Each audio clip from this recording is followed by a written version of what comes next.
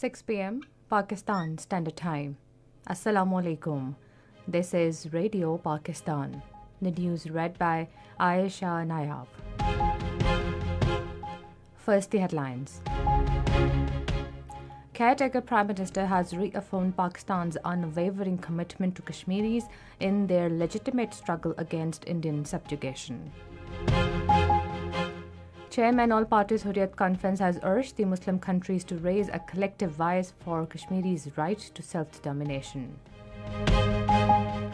The Executive Committee of the Special Investment Facilitation Council has approved a business and investment-friendly visa facility to create a conducive atmosphere for foreign investors.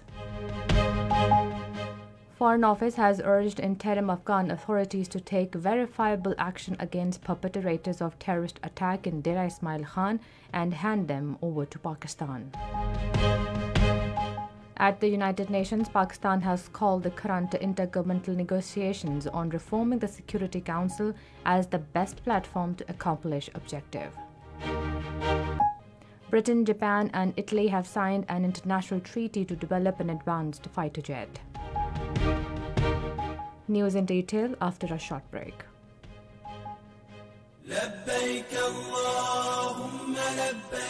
आज़मीन हज के लिए खुशखबरी। Regular और sponsorship scheme में दरख्वास्तें जमा करवाने की तारीख में 22 दिसंबर तक तौसी। समुद्र पार पाकिस्तानी अपने या अपने प्यारों के लिए स्पॉन्सरशिप स्कीम के जरिए डॉलर्स में अदायगी करें और पहले आइए पहले पाइए की बुनियाद पर हज के मुकद्दस सफर पर रवाना हो। हज बदल या पिछले 5 साल में हज करने वाले आज़मीन भी दरख्वास्त देने के अहल हैं। मजीद मालूमात के लिए करीबी बैंक या वजारत की वेबसाइट विजिट करें। हुकूमत Pakistan.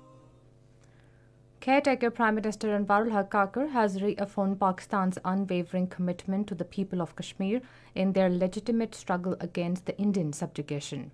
Addressing the Azad Jammu and Kashmir Legislative Assembly in Muzaffarabad this evening, he expressed solidarity with the people of Kashmir in the wake of great injustice. The Prime Minister said the Indian Supreme Court, in a political motivated decision, endorsed the Indian government's illegal and unilateral measure of 5th August 2019.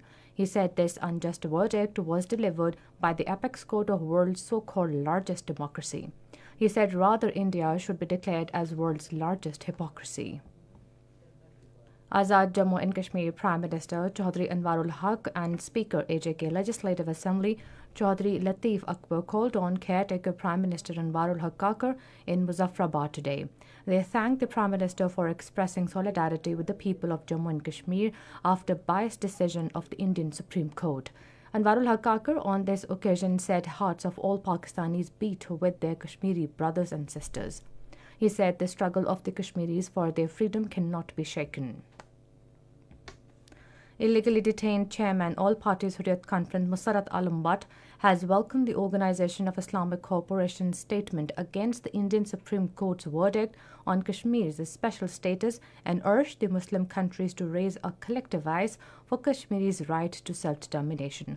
According to Kashmir Media Service, Musarrat Alam Butt, in a message to the OIC countries from New Delhi's infamous Tihar jail, warned that continued denial of Kashmiri's political right by India could endanger peace in South Asia in the same way as it is at stake due to the bleeding Palestine in the Middle East. He rejected India's normalcy mantra in occupied Jammu and Kashmir and asked why New Delhi has converted the territory into an open-air prison. A meeting of the Executive Committee of a Special Investment Facilitation Council was held in Islamabad today, with Caretaker Minister for Planning and Development Mohammad Sami Saeed in the chair.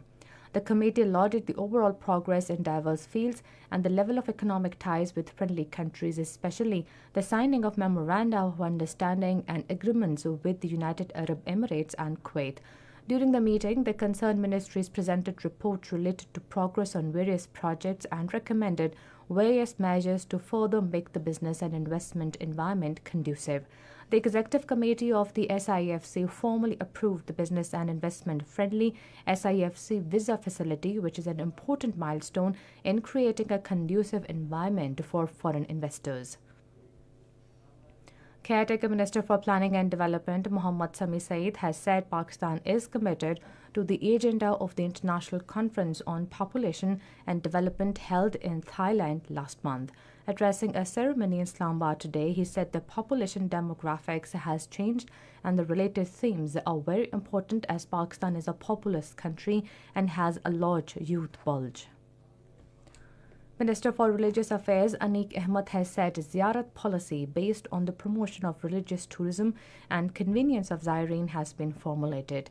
He was talking to the Iraqi ambassador Hamid Abbas Lafta in Islamabad, during which detailed discussion was held on the construction of Pakistan House for Pakistani Zaireen in Baghdad and Karbala. Anik Ahmed said Pakistan has long-standing fraternal ties with Iraq. The Iraqi ambassador assured to provide best facilities to Pakistani Zaireen in Iraq. This is Radio Pakistan. Pakistan has vehemently rejected reports and speculations of talks with banned outfit Tehreek-e-Taliban Pakistan.